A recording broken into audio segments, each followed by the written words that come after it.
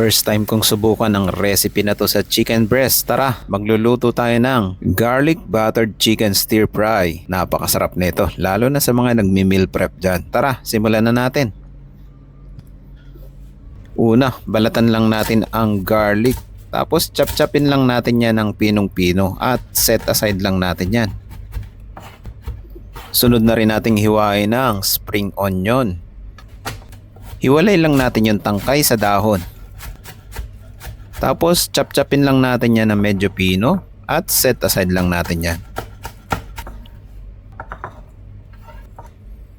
May chicken breast nga pala ako dito. Hiniwa ko lang siya ng bite size na kagaya nito.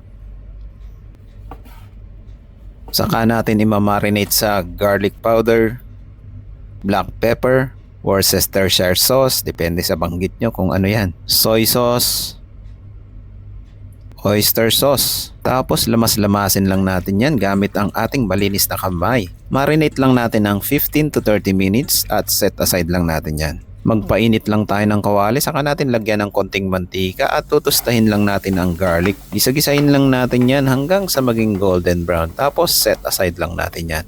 At ipiprito na natin ang manok na minarinate natin kanina. Spread lang natin yung chicken sa kawali at tutustahin lang natin yung ilalim niyan. Kapag ganito na ang kulay, saka natin siya gisa-gisahin hanggang sa maluto.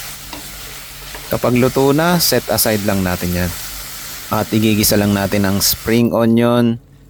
Lagyan din natin ng butter. Unsalted butter ang gamit ko dito.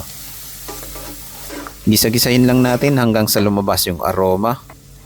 Lagyan din natin ng soy sauce, oyster sauce, brown or white sugar. Saka natin halu-haluin hanggang sa mag-mix ng maayos at ilalagay na natin yung pinrito nating manok kanina. Saka natin halu-haluin hanggang sa kumapit yung sauce na ginawa natin. Lagyan din natin ng toasted garlic. Halos ready na to. Tignan nyo naman. Napakasarap na ito. Siyempre, plating tayo. Napakasarap ng recipe na to. Lalagyan mo lang siya ng toasted garlic at spring onion additional.